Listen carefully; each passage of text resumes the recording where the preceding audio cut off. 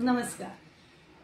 कृष्णा तटाकी निगडी ग्रामी, कृष्णा तटाकी निगडी ग्रामी वास्तव्य करीती रंगनाथ स्वामी. रंगनाथ स्वामींविषयी बोलायला लागले की एक अपार आनंद निर्माण होतो. श्रोते हो, कृष्णा नदीच्या काठावर निगडी जवळ निर्गुणपुरी मठात रंगनाथ स्वामी आणि रामदास स्वामी यांचं वास्तव्य होतं. ते निवासाला होते.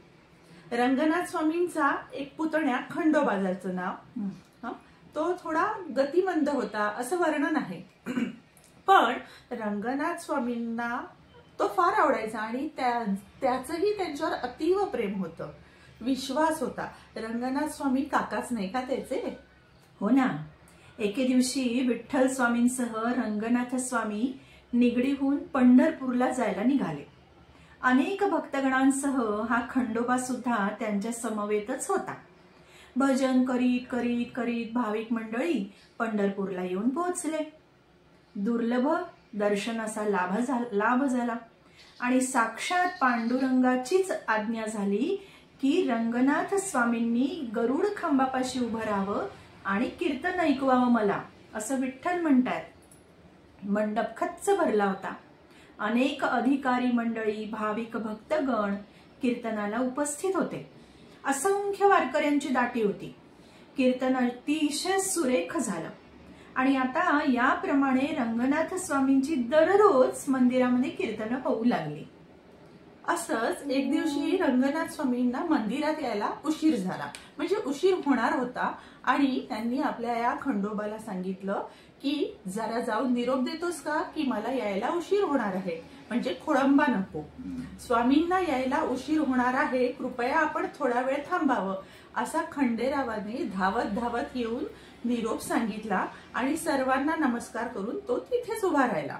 आपण दिलेला निरोप पोहोचवला त्याने. तेवढ्यात रामदास स्वामी आणि काही श्रोते त्याला म्हणाले की कीर्तनकार बुवा येईपर्यंत भागवताचा संदर्भ घेऊन तुम्हीच कीर्तन करावे. समर्थांनी म्हटलं, श्रोत्यांनी म्हटलं. हे ऐकताच त्याचा ऊर भरून आला, डोळ्यात पाणी आलं. पण तो घाबरला आणि त्यांनी थेट पळ काढला तिथून. इतका घाबरला की तो तिथून पळून गेला आणि जो पळत पळत आला तो रंगनाथ स्वामींसमोरच येऊन उभा राहिला आणि त्याच्या डोळ्यातून घळाघळा अश्रू वाहत होते. मनामध्ये घालमेल होत होती. त्याची ही अवस्था बघून रंगनाथ स्वामींनी सगळं जाणलं आणि त्याला म्हटलं, काय रे खंडोबा, नैनी अश्रू का तुझ्या, काय झालं? आणि तुझं मुख असं म्लान, वदन का दिसतंय असं, काय रे काय झालं? तेव्हा तो म्हणतो, काका काका माझा जन्म व्यर्थ आहे, व्यर्थ जन्म आहे माझा. संतांनी मला कीर्तन करायला सांगितलं आणि माझी ती पात्रता नाही. मला साधा अभंग म्हणता सुद्धा येत नाही, कारण मी अक्षर शत्रू आहे. एक अभंग येत नाही तर मी कीर्तन कसं करणार काका? आणि घळाघळा अश्रू वाहत आहेत. श्रोते हो, काय झालं असेल पुढे? तो रडत राहिला म्हणून रंगनाथ स्वामींनी त्याची काही समजूत घातली असेल का? काय वाटतं आपल्याला?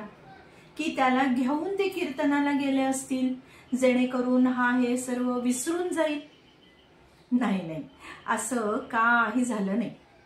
रंगनाथ स्वामींनी पुतण्याच्या मस्तकावर वरदहस्त ठेवला, त्याला मनपूर्वक आशीर्वाद दिले आणि मग ते खंडोबाला म्हणाले, जीभ बाहेर काढ. तो बघतच बसला.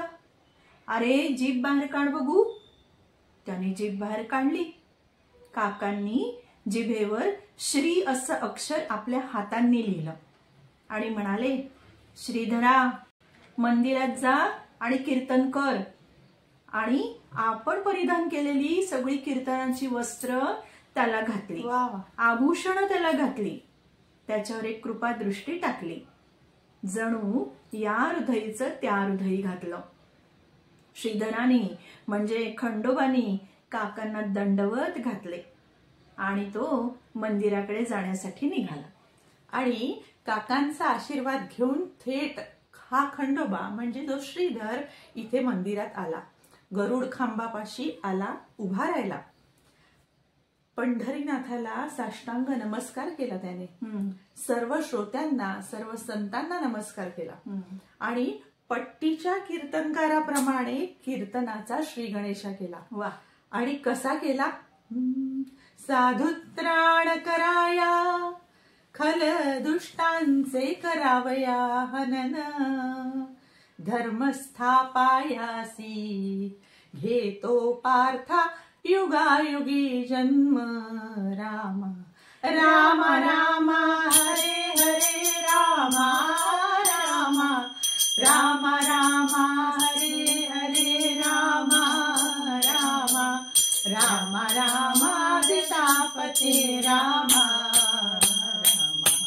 राजाधिराज प्रभू रामचंद्र भगवान की जय.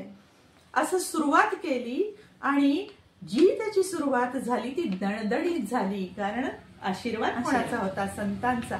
श्रोत्यांना वाटलं की जणू रंगनाथ स्वामीच उभे आहेत, कारण त्याचा पोशाख हुबेहूब तसाच होता.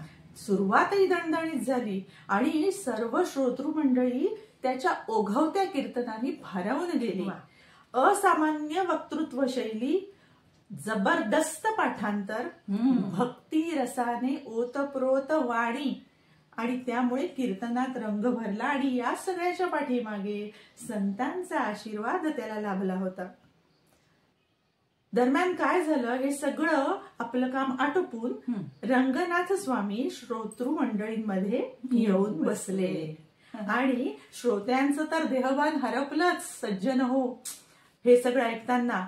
आणि हे ऐकता ऐकता मध्यरात्र केव्हा उलटून गेली हे कळलंही नाही.